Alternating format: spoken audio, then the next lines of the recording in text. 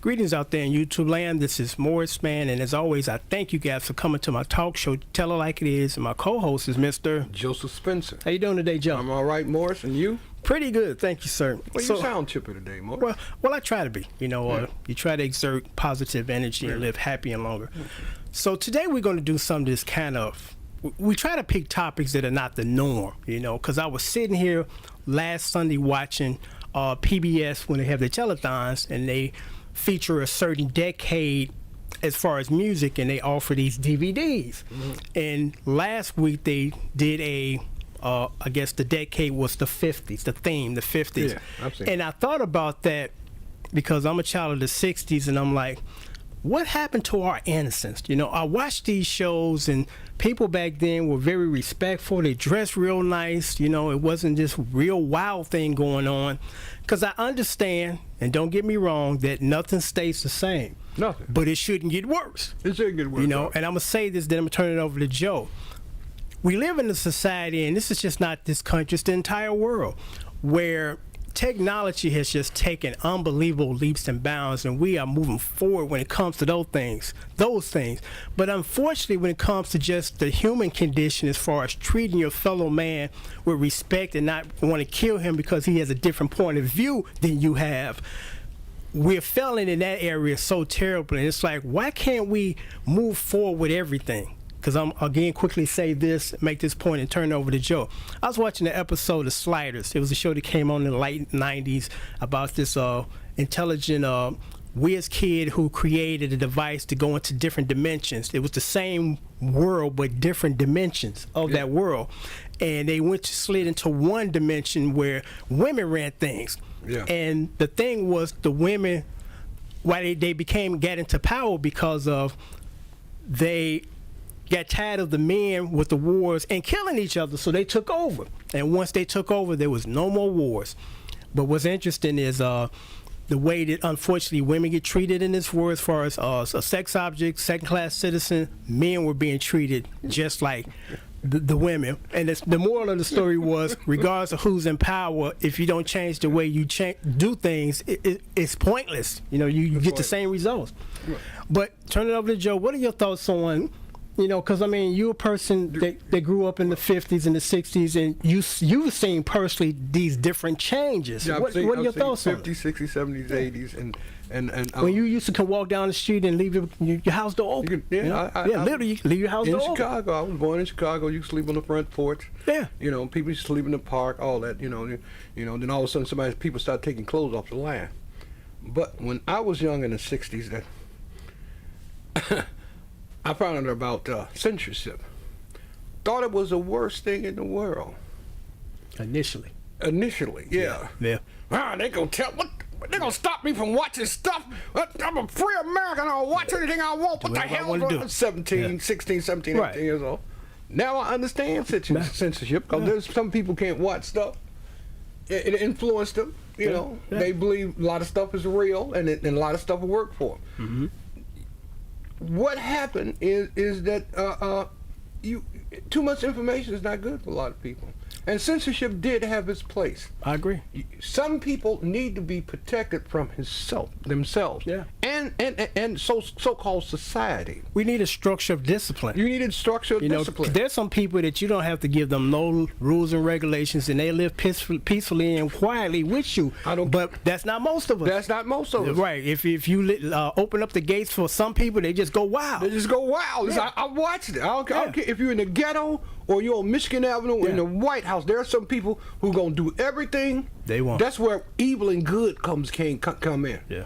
But when you don't have somebody to protect you, especially when you a novelist, a young person, and you have all this environment bombing you with this information that you can't sort through in your brain, and it's exciting. And it's exciting. And some people, well, this is not real. This is not the way to live. People at certain age need to be protected, and there are people who are 50 and 60 need to be protected up here and in their hearts. Yeah, because I'm watching TV, and I'm not picking on this particular artist because it goes much deeper than a handful of women that want to show their boobs in public to celebrities. Because it's a whole deeper issue than just women being, exhibitionists. Yeah. And Miley Cyrus, I'm sitting there watching her. She's a beautiful young woman. But she's not sexy. Well, some people will beg to differ. She's a little girl. Well, yeah, but but anyway. 17. Yeah. Well, she's 20 something now. Well, she's a dog. But I'm looking at her. I forgot what show it was. It was one of those late night talk shows. She came on to the show with a blazer on, no top, no bra, titties just kind of hanging out. Yeah.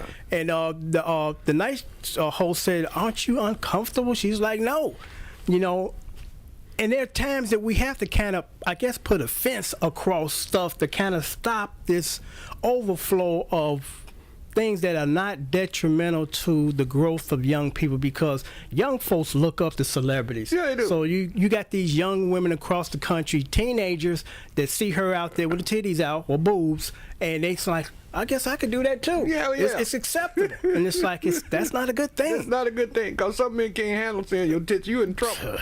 There's some men that you fully clothed and you in trouble. I'm a city person, but I love being in the woods. But that's anyway. One morning, I know most of you people don't know nothing about 63rd Street.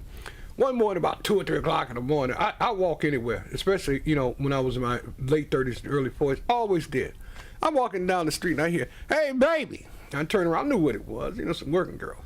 I turned around, sister dressed in a little jacket, some high heels, and some panties. Yeah.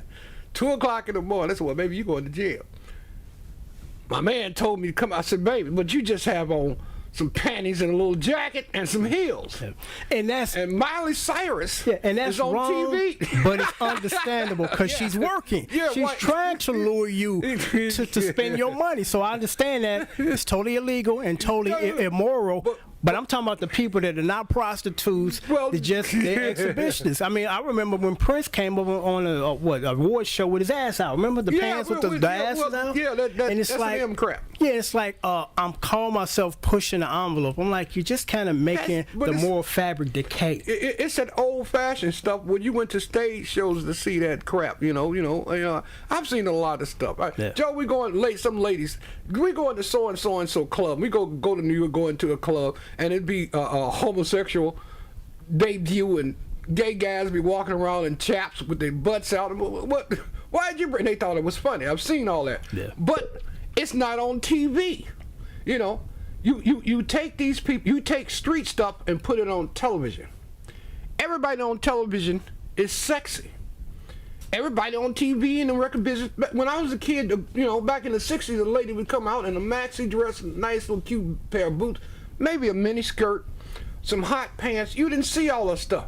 Yeah. She was sexy and still sexy in design. Left something to the imagination. It left something to, but everybody is selling sex now. Yeah. The weather ladies come out in these form-fitted dresses with their It's funny you mention that, because you're right. I'm looking at the weather women. I'm like, what the hell is the news about?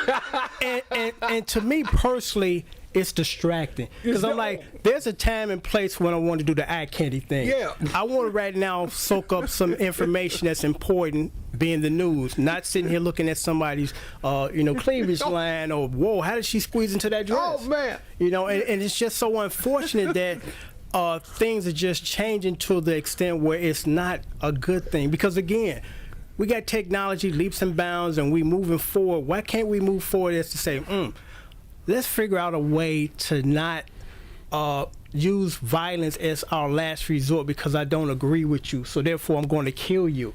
I mean, maybe like the John Lennon song, maybe I'm just a dreamer and I'm not the only one, but I would like to see that before I die. But I don't think that I am, because I see things just constantly getting worse. I thought I'd be able to see it too, and like I said, I was brought up in the hippie era. And love and peace and kindness. I'm 68 years old. All of a sudden, it just faded away. Yeah. And we talked about how, and we talked about this several times, how we look up and see these little kids in the morning taking these little kids to school. Yeah. What happened to mom or daddy? Well, we couldn't cross the street when we were that age. Remember? Now you got little kids going a great distance by themselves. That's a transitional thing, because it's the breakdown of a family structure. Yeah, well, because both families, either you don't have a mom and dad in the house, or either mom and daddy both are working. Well, even when we grew up in that era, with mama, because my mother started to work, it was the era where it was that transition where women are going to work now. And I say this, that's not an excuse. No, it's not an excuse. But I think the problem is, and this is just my opinion, the family structure has went to hell. Daddy has never been in the house when the children were born because they were just casually dating and having sex. And now it's mama, the child, and grandmama. Right. Well, in the 50s when I was going to school, if you had to walk a block to school, and you were walking by yourself or with your big sister 2 or 3 years older than you. You walked in groups, though. We walked in a little group. And another point I want to make, from my house all the way to school, somebody was going, well, I saw your kids, Rose. Yeah. You the neighborhood watched all the kids. Everybody. Right. You can go from your house from point A to point B. Without somebody seeing you. Blah, blah, blah, blah, blah. You know? And now you have neighbors that don't want to speak. Ain't my kid. Right. And even if it is my kid, don't bother me. You know, I get mad that you come bringing this to me when I'm bringing it to you out of love and caring for all God's creatures, as opposed to I'm trying to reprimand you for not doing your job. Because if you do your job, you got to worry about being reprimanded. You know, so it's like, so if you get upset, then there must be a problem. You're talking about censorship. When I was a kid, guess what was my Playboy? I know. And now I'm gonna fill in the blank. The Sears and the Montgomery Ward lingerie. You got it. Exactly. There you go. That was my Playboy. There you go. And when a lady walked in the room, now kids got Playboys. They got the legs. Or actually after having sex under 13 years old. Watch it on TV. But you're right. I totally forgot about that. I couldn't wait for that big catalog to come in the mail. Oh, shit. Yeah. And that was kind of innocent because these women weren't naked. They were just modeling gear underwear that women wear. But it was exciting. Yeah, it was. To see them drawers fit up. I mean, if you give a young guy these days that magazine, he throw it in the garbage. Man, I want hard porn. I'm going to the strip club. Watching the news, they did a bust. They did a raid on what do you call it? Men who go out and buy. They got a name for it. They busted a 15-year-old boy trying to buy a hooker. Oh yeah. And my nephew told Uncle Joe. I said, Rosan, you got to be kidding. No, Uncle Joe. I said, Rosan, you got there kids, dudes out here 14, 15, 16 years old buying hookers. Yeah. I said, you have got to be. See, but that's come from not having censorship. You know, and not having strong family values. Because I mean, unfortunately, and here's an interesting sad story. And Bernie Mac, the late Bernie Mac, the comedian, did a skit on this. He was saying, I remember back when I was growing up, grandmama was 70 years old, big old boobs, and now grandmama 37 years old. 37. I was at this fast food joint years ago, and this lady in front of me, she probably was in her early 40s. If that, probably early 40s. And the guy behind the counter was younger and kind of, flattering her, and she's blushing, and she's like, I'm a grandmama. And I kind of, my head went back, and he's like, you a sexy grandmama. And she thought that was a good thing. She thought it was a good thing. Because I'm like, I'm doing the math. If you in your late 30s and you a grandmother, that means that you had your daughter when you were 15. Heard two or three little girls talking. Joyce, yeah, girl. How you gonna be 13 and your grandmama 37? And they trying to do the math. And the little girl, she was embarrassed. Yeah. So I'm going 13. Everybody had babies at 13. Yeah, exactly. She had her daughter at 13, and her daughter had her daughter at 13. So it's like, and we're about to wrap this up.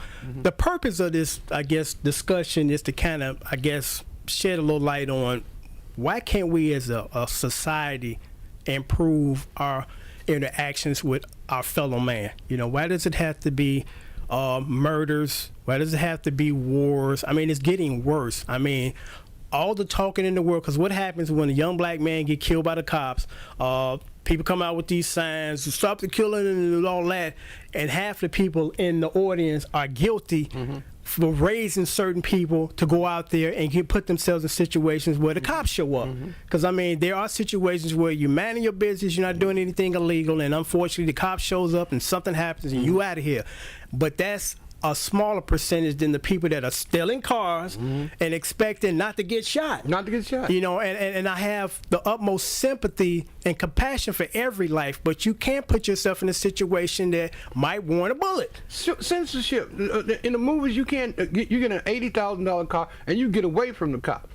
Cops can't catch you because you're in this $80,000 car. Yeah. You know, traffic is not like it used to be in the 50s and the 40s and the 60s. You can't go 90 miles an hour down the street without running into somebody because streets crowded. Number one, number two, technology got you tagged. Because here's the thing. You don't fight crime with law enforcement. You fight crime with jobs. With jobs and in the household. There you go. And the family. There you go. I mean, you can put all the cops on the street in the world if you want to. That's not going to solve problems. The only thing that's going to happen is some of those people that the cops interact with are going to get shot and killed. Going to get shot and killed. You know, and that's just unfortunate because we talk about this because no one wants to talk about this, Joe, and then we're going to wrap this up. The problem that's causing the problem. And the problem is this. Too many young folks out there that don't have any guidance, mother at home with her mother and still a husband and wife raising their children the right way. That's the problem. We need to focus on that. We need to put together programs going to encourage that and instill. I'm 16 years old, screwing at my mama's house when she ain't home. I had a baby. Right. You know, dude gone already. Before the baby born, dude gone. He on his way somewhere making another baby. And when I was in school, I got into Art Institute in Chicago, and I found out that certain people of certain races and income, they were taking birth control pills at 13, 14 years old. You know, and because you can't stop people from having sex, and we're not trying to. In the neighborhood at the time, birth control was, it's a sin, you're gonna die and go to hell. Yeah. You know, your body is a sin, you're gonna die and go to hell. Instead of going, hey, boom, they're gonna do this. I was having sex before I found out what a Trojan was. Yeah. You know, I'm not proud of that, but I was having sex. What the hell is that? That's a Trojan. You don't know what a Trojan is? Well, you follow what's happening in your environment. Right. Because you don't want to be the one that stands out like a sore thumb in a negative way in some people's eyes. You ain't part of the program. You square. And you're not smart enough at that age to realize square it's cool being square. It's cool being square. I ain't got to worry about when I become a man and I'm struggling with a low-income job because I didn't have the means and opportunities to get a good college education. That you're right. I got 5 kids in tow. I think I got away. Here comes child support for the next 20-some years taking my money. You know, so you got to think smart and you got to have somebody to teach you to think smart. Because my mother had 10 kids. None of her kids brought babies in her house because she laid the law down. She's like, don't bring no babies up in here. Don't bring no babies. And none of us did because we knew. There were 6 of us, and nobody brought babies in the house until they brought the babies home. Hey, mama, this is your granddaughter. Exactly. You know, but it wasn't like I live upstairs and I go to the hospital and I bring the baby back. Yeah, I got 2 babies in the back room. And I got a different boyfriend now. I got a different boyfriend now. You know, so I help take care of these babies. Yeah. So I mean, he's a good man. That is the problem. The crime issue in all these cities. I mean, if you interview most of those guys that they incarcerate for either stealing cars or shooting each other because they're in gangs, I would say, Joe, about 90% of those guys did not grow up with their father, and their father was not married to their mama. That's our problem. We need to fix that problem. All the protesting in the world ain't gonna change that, and all the changing of superintendent police officers ain't gonna change it. Well, you do have, like, when I was a little boy, we played cops and robbers, and who want to be a cop? I always wanted to be a cop. I couldn't understand why my other little friend, hey man, don't be gangster, don't be blah, blah, blah, blah, blah. I didn't understand. Well, they didn't glorify violence. Well, gangsters glorify violence. Yeah, they glorify violence. And they would portray the role with, I'm gonna make you do what I want you what I want you to do. They play, because that's what gangsters did. Because the movies used to dictate that, the gangster movies, and everybody wants to go out and be a tough guy like Edward G. Robinson. Right. But now what's taking over to keep that going is rap music. And I'm not trying to point fingers at everybody that does rap, because there's some people that do some positive stuff. That's what they call the gangster rap. Yeah. When I was a kid, the Egyptian Cove and the 5 Trey and whoever, they said yes sir, no ma'am. They can't, Miss Jackson. They were still respected. Chill it out. Miss Jackson, don't let her hear that, man. They nobody got Papa sitting on their front porch. They stick a ice pick in your neck. Yeah, okay. But on that note, we're going to sign off. And again, this video was just basically to kind of talk about how can we fix this global problem. You know, and if we can, at least let's create some dialogue to make everybody aware of there's a change that has to be made from everybody, you know, because, I mean, we all God's children, and we should be able to work out any differences that we have, and the result shouldn't be the solution is to kill you. But on that note, I'm going to sign off. Until next time, I thank you guys for coming to my channel. I'm Morris Man, and my co-host, Joseph Spencer. Keep thinking. Yeah. Have a good night. Later, Morris. Always a pleasure. Thank you.